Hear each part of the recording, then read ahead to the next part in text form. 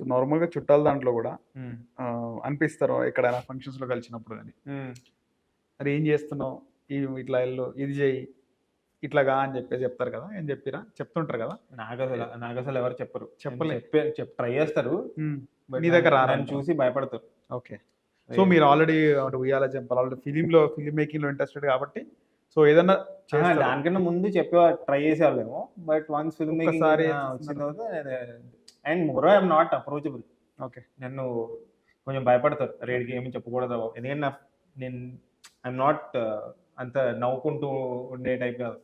ఇప్పుడు మనం కొంచెం నవ్వే టైప్ మనుషులతో ఎళ్లి మాట్లాడాలంటే ఈజీగా మీరు కనెక్ట్ అయ్యే మనిషి గూడా గారు ఆ! గదా! సో చూస్తే అంటే చూస్తే కనెక్ట్ అయిన మాట్లాడి అరే! ఎందుకు ఈడితో అనే ఫీలింగ్ వస్తది. సైలెంట్‌గా ఉంటారు. ఆ!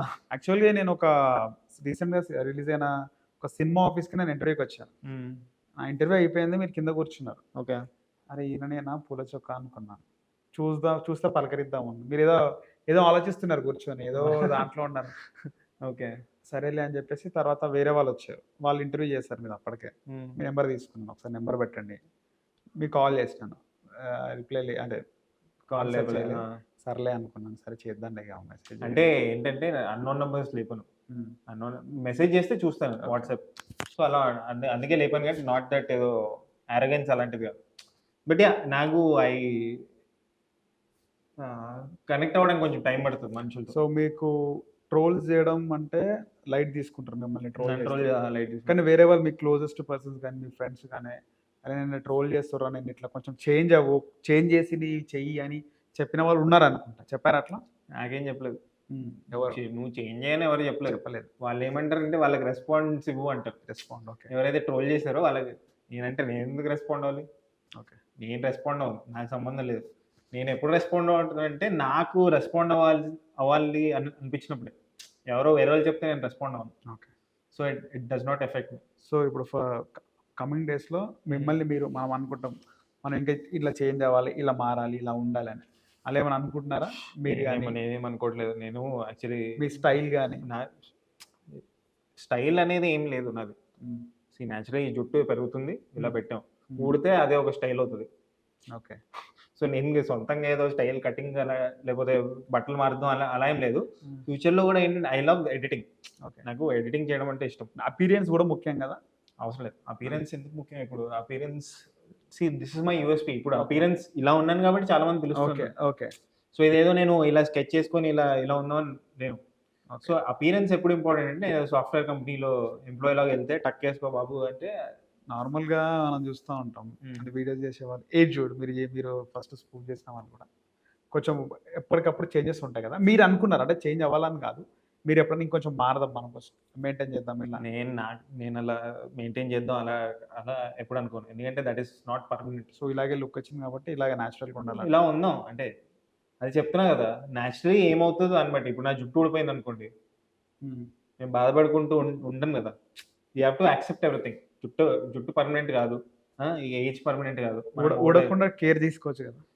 ఎంత కేర్ తీసుకున్నా ఇప్పుడు జెఫ్ బెజోస్ అని ఒకాయన ఉంటాడు. అమెజాన్ హెడ్డో ఉంటాడు. ఆయన అంత రిచ్ క్యాండిడేట్. ఊడకుండా కేర్ తీసుకోవాలి కదా! చాలా మంది తీసుకోరు.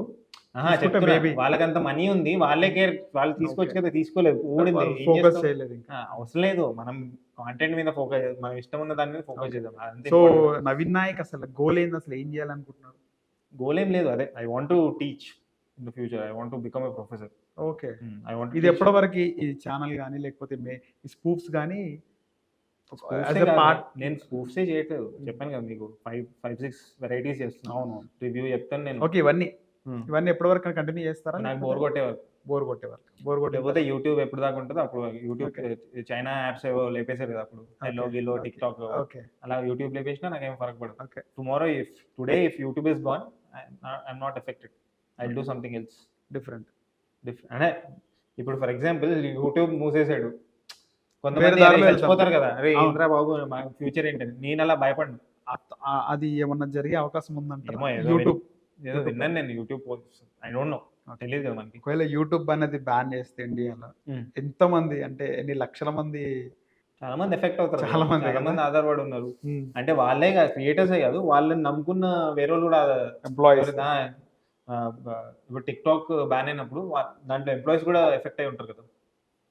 వాళ్ళకి ప్రమోషన్స్ ఇచ్చిన వాళ్ళు కూడా ఎఫెక్ట్ అవుతారు కదా. ప్రమోషన్స్ ఉండవు ఇంకా. వేరే ఏమీ ఉండదు ఇంకా. platform. వేరేది ఏదో చూసుకోవాలి ఇంకా. ఓకే.